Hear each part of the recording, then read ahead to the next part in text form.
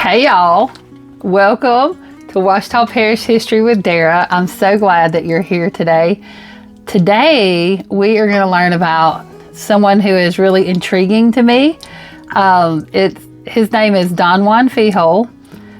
He's also known as Jean Baptiste Filhiol because he has a mixed history of French and Spanish. Today we're going to read a excerpt of an article that Kelby Ouchley wrote. And Kelby Ouchley, he is a local person who he's written all kind of neat stuff, and he is really good at breaking down the history of Monroe and West Monroe and Ouachita Parish and Union Parish. He's located in Rocky Branch, and he has some really great history articles that he's written. So today we're going to read the one that he has written about Don Juan Filhiol. So he goes on to say, despite the title and given name by which he is best known, Don Juan Filhiol was not a Spaniard, but rather a Frenchman who served the Spanish colony of Louisiana in the late 18th century. His most noted accomplishments are associated with European settlement of the Ouachita River Valley and includes the founding of the Poste de Ouachita and Fort Miro, which later became the city of Monroe. In his early life, he was born Jean Baptiste Filhiol in 1740, and different accounts have reported either it's August 1st or September 21st, and he was born in the town of Emet, France, near Bordeaux.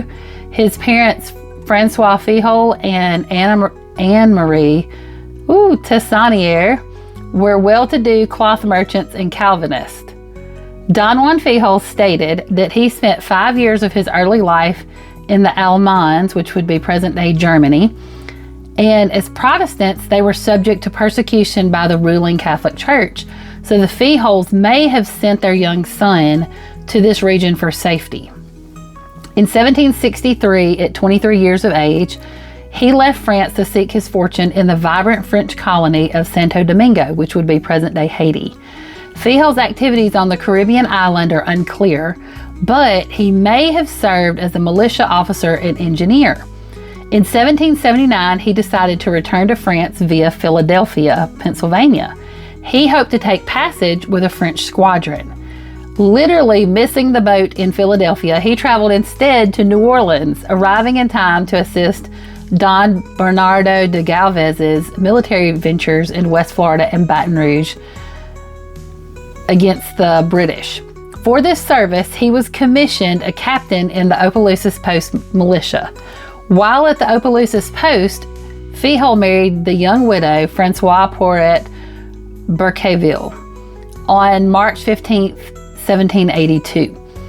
Filhiol's commendable service soon led to his recommendation by Provisional Governor Esteban Miro to establish the Poste de Ouachita on the Ouachita River and to function as his commandant.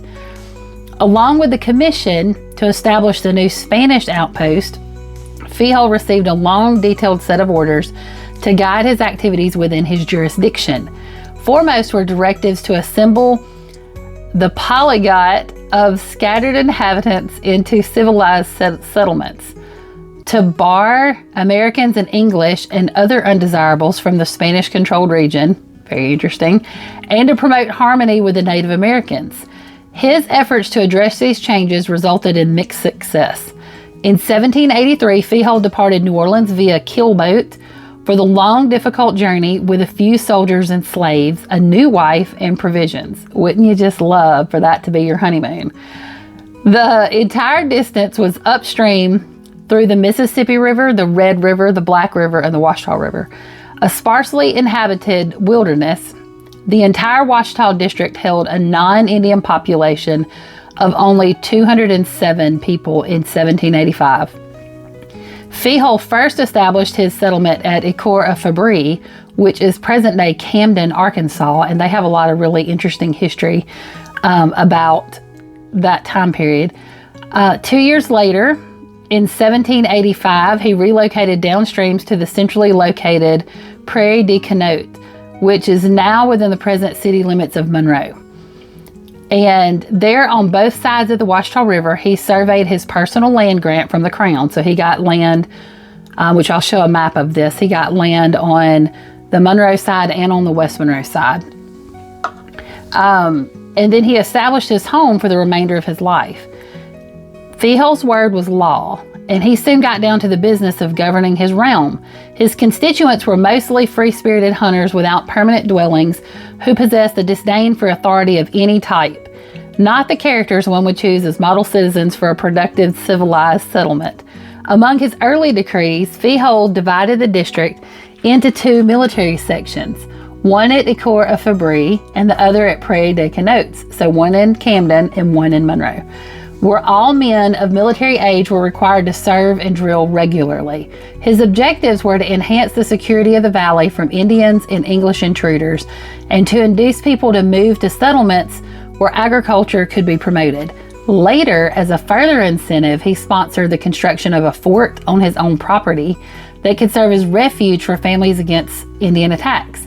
The palisaded fort was built using mostly Filhiol's personal resources, and it was named Fort Miro in honor of the governor of Louisiana. Filhiol's actions were not popular with many residents who wanted to maintain their old lifestyle. His writings reflect his frustrations with those living a life of the greatest independence, placing work in horror, knowing hardly if they were Christian. In retrospect, his administration was considered fair and productive. He introduced a degree of law and justice to reluctant subjects.